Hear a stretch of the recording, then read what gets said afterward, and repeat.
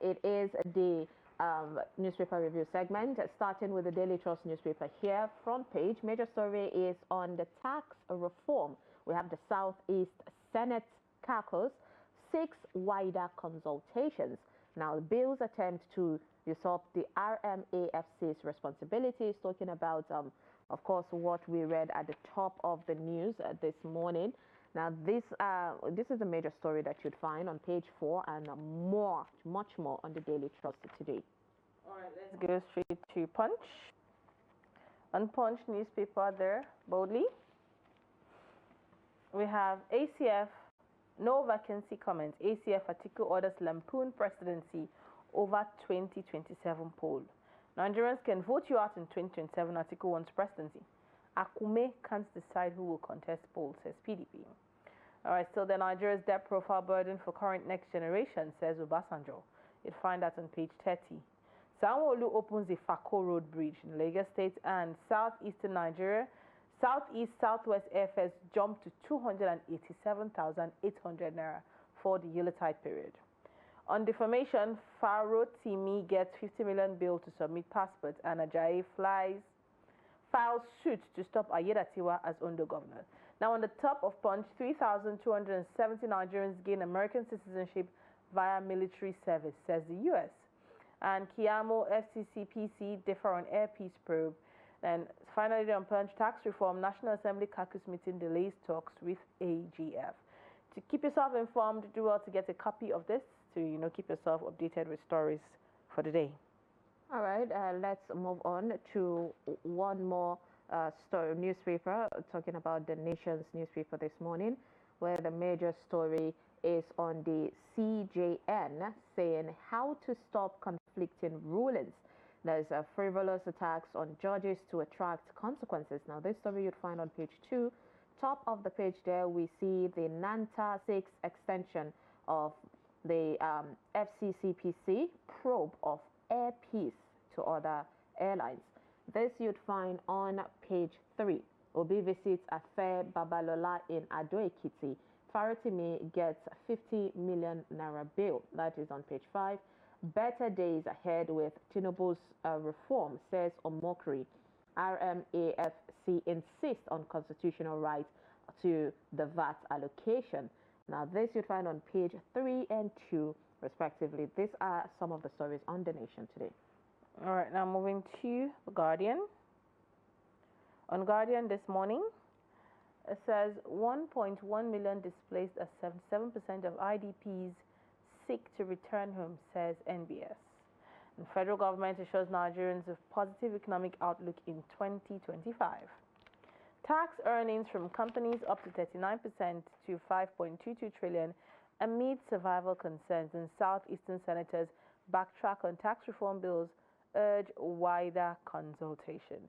These are the stories you have on Guardian. To keep yourself informed, do well to grab a copy. All right, let's come back to the studio. We have Dr. Theophilus Abba, the Program Director of Daily Trust Foundation, joining us to dissect the front pages, which seem to be fully packed. Good morning, Doctor. Good morning. Thank you very much. Thank you so much for joining us this morning. Doctor, we spoke about this last week, and we're back at it again because it's something that would change Nigeria, life and faith in general, talking about the tax reform.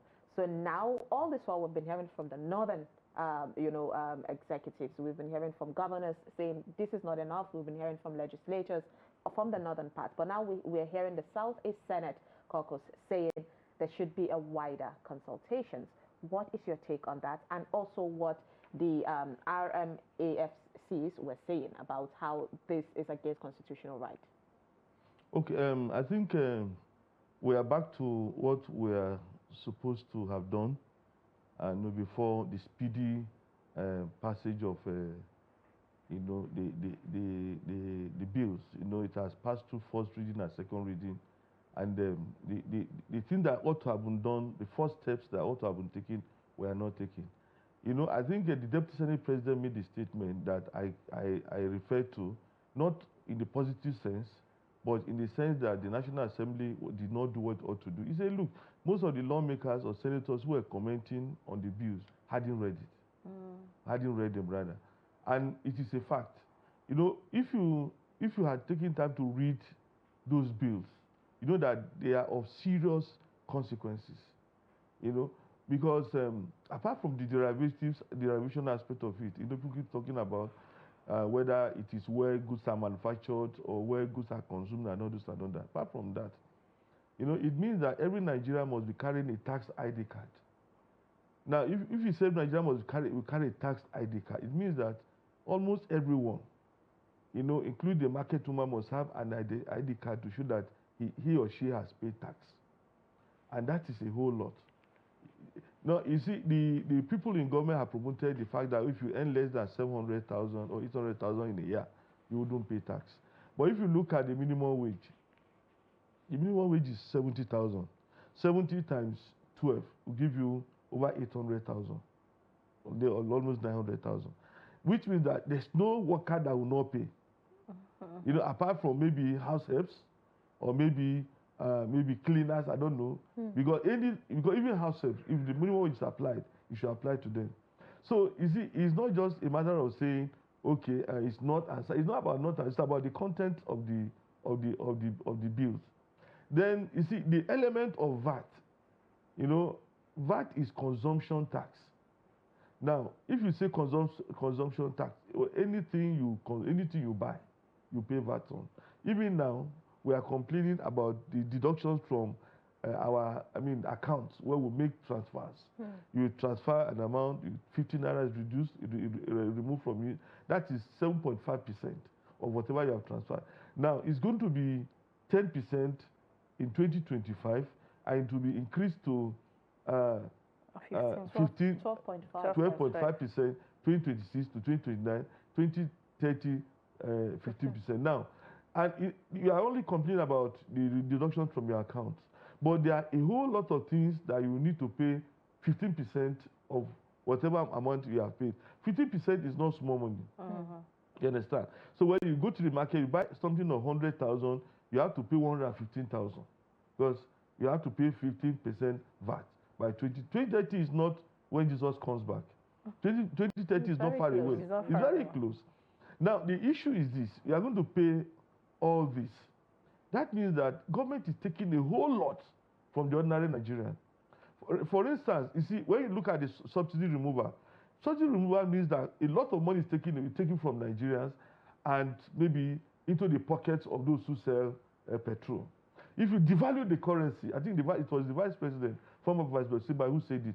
See, the devaluation of the currency is actually the devaluation of the labor of the citizen. So when you devalue the currency, it's not the value of your labor is devalued. For instance, okay, you are a broadcaster, you know, in Nigeria. Perhaps you spend 3 hours, you know, on set, and you earn so amount of money. Then you have a broadcaster in another country who spends so many hours. He earns up to 10 times or 15,000 what you earn. It is because of the value of your currency. You understand? It's because of the value of your currency. So as you keep devaluing the currency, you are actually devaluing the value of. Which was why we saw NLC fought for increments. And that is not good for the population. And you are doing this in a society where production, you know, is low. You see, if you have factories... Doctor, let's hold a thought there on that now. I love the fact that you've clarified and really explained this in details. And we understand that most of the times when they talk about this tax reform, they always say other countries pay more. But the only problem I believe Nigerians constantly point out to is other countries pay more, but they see the dividends of the tax in their nation. Other countries are dealing with subsidy differently, but they see the dividends of this. Nigerians will keep speaking because they're not seeing the dividends of this. But let's move away from that now to the story we saw on Punch. They're already talking about 2027. We're yet to even enjoy 2024 and 2025. We're seeing Atiku and others, Lampoon Presidency over 2027 poll, talking about how they could vote him out in 2027. Atiku wants Presidency. Akome is deciding who contests poll. Last week we saw people making posters of Jonathan in the north, you know, for 2027. Is it too early to plan when we're not even stabilized just yet with all the things we're seeing playing out? Well, in the political circle, what we talk about is, you see, politicians think about the next election. So most times, where you are thinking about maybe what to eat and what to drink, you know, how to pay school fees, politicians are thinking about the next election, and that is what is playing out. I think it was Akome who came up to say, oh, the North should not think about the presidency in 2027. It should work towards 2030, 31 or thereabout. Now, it was shocking, to hear that the government is also talking about 2027, because we hear people launching campaigns for 2027. You even see the billboards of Tinubu and his wife, 2027 and all those things. But I'm thinking that, as far as we are concerned, it's not about elections, it's about survival. How are we going to survive? How are you going to pay school fees? How are you going to feed? You understand? So the worry, I think many Nigerians, maybe, I don't know whether I'm the only one, but many Nigerians think about what to eat, what to drink, and how to survive more than any other thing. Even if, you're at work, you are thinking, oh, what am I going to eat tonight? And I was thinking that if the government to, take steps to bring a kind of relief, because we have suffered so much. From my own perspective now, I think we have suffered so much. From last year up to this month, we have suffered so much. Yeah, but and we have not the seen government relief. taking steps. They have come out to say that Nigerians will see positive economic outlook. No, they are talking in future tense. And next year now. So you see, you keep talking about will. We've been hearing will for a long time. So you see, let me tell you one thing. Between last year and 2024, if the government were committed to bringing about relief, we have seen some relief. We talk about CNG buses. We thought that they wet the street or the road. Well, we have not seen them. And you see, you keep. There has not been relief. Even the prices of goods. We're told that goods, food will be imported for over a period of 3 months or 4 months or so. Yeah, and then that which was supposed to bring down the price of rice. Those of us who are Christians, Doctor, with all these problems that you're mentioning, I was shocked. It's just like you said. I was shocked when we had a representative of the government, that's the SGF, coming out to address, what the opposition party was saying, because I don't think it's a time where they should even address, future elections. It should be what Nigerians are facing now. Yes. And so I agree with you on that one. But then also, let's talk about still another issue bedeviling our country. Talking about, of course, the Edo election, that there is a tribunal happening ongoing currently. And even with that, now we see front page of the Nation, the CJN is saying how they can stop conflicting rulings, because we all know how it starts. You go to High Court in a state, and then there's a different judgment. You go to appeal, there's something entirely different, and you get to Supreme, and something is happening differently. With each day passing, we keep seeing reasons for Nigerians not to, trust the judicial system. But then we've seen also the CJN making some efforts to, change the narrative. What is your take on all of that? Well, I think if you, in Nigeria today, I think the respect for the judiciary is actually dwindling. There's trust deficit for the judiciary. It's an expression that we use now, And in recent days, if you read what people, write in newspapers, if you read what people share on social media platforms, you discover that, look, the judiciary needs to do more to redeem its image. Because what Nigerians see, what the perception of judiciary is that, look, they attend to those who can pay the price. And it shouldn't be so. So if the CJN wants a change, there is always, she has the capacity, she has the strength, she has the authority. You have the Judicial Council, National Judicial Council, which can take steps to say, okay, as from now on, we cannot entertain this. You see, if you look at the elections that took place in 2023, so what the tribunals came up with, what the courts of appeal came up with, what the Supreme Court came up with, a lot of people are doubting the integrity of some of these judgments. And so if the judiciary would want to save its image, they should do the right thing. Unfortunately for them, the laws are written in English language. And people can read English and understand. So when you interpret the law in a manner that is strange, people will say, but this is not what the law says. So the judges, it's not in those days where the law was written maybe in some esoteric language. There is a lot of campaign. Now the law is written in almost the everyday language. But the judges tell you, oh, that's not the interpretation. If you are interpreting, what are you using to interpret? You understand? The judicial language is not derived from any other space.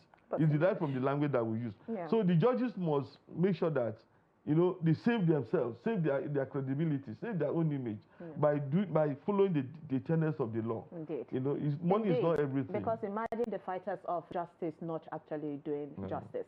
All right, doctor, let's come back to a bit of jolly part, you know, for the Media Trust Group. Now, yesterday we had garnered a lot of win, where we saw Daily Trust and Trust TV journalists win the Wole Soyinka Investigative Reporting Awards. Also, we also have, listing them, we know we have Lami Sadiq of the winning the print for Daily Trust for the story that she did on selling of kidney. We also have Aaron Atsel from Trust TV also winning an award for the documentary that he did of, I think, Nabiha. But also our Daily Trust Health editor, also Ojo Malco, bagged award of excellence for exceptional reporting on HIV-related issues for the National Agency for the Control of AIDS. And we know that in all of this, especially for today, where there has been a huge concern of the HIV/AIDS, increment and all of that. So with everything going on, we are given kudos. You know, people are applauding us for covering right stories, opening, stories that have been in hidden places and then the world to know. Our reportage, investigative journalism for the longest time has even garnered reaction from federal government to use, as instrument. So what is your take on that? You are part of the Media Trust family. Well, how I want to say, well, I was in Media Trust. I'm now in Daily Trust Foundation. Yeah. And I would say that proudly, let me just gloat a bit. It's allowed. The story that won that award, that Oga Harvest Story Award, was funded by Daily Trust Foundation. Beautiful. So I'm part of, You're part of the win. the win. The win is all out. But on a more serious note, I think Daily Trust has been doing very good investigative reporting in recent times, because that story that Lami did, which won the award, was incontrovertible, because it was deep, spoke to all the characters that needed to be spoken to, and to the point that she probed even the agencies, the hospital that was accused, of engaging in that sharp practice. And she went there, she confronted them, asked them to state their own case. And you discovered that even the government, had to wake up, because there was a committee set up by government which was supposed to regulate, organ transplant in Nigeria. The committee was asleep until this story was published. So it's a whole lot of impact that the story has made. And Daily Trust has been doing, Daily Trust TV also engaged in, different investigative stories. Indeed. And I want to say that Daily Trust Foundation has supported. Indeed. We give kudos to Dr. Theophilus Abba and the work they've been doing on the Daily Trust Foundation. Thank you so much, Doctor. Thank you. Kudos it's a win-win for all of us. Yes. I'm sure Lillian has a lot to say also on that. I'll keep my joy for Dr. Later. Thank you so much, Dr. Theophilus Abba, for joining us to review the front pages today. Thank you. Good morning. All right, with that, we wrap up, closing the curtain on Daybreak Show this Tuesday morning. Please stick around. Top of the hour, Adeni Ajishafe will bring you 360 Sport. I am Sumaya Abubakar. Do have a lovely Tuesday. And I am Lilian Ogazi. I hope we've been able to keep you informed. Please, health, they say, is wealth. Feed your body, feed your mind, get the right information at all times, and please try and eat right. Do have a lovely Tuesday.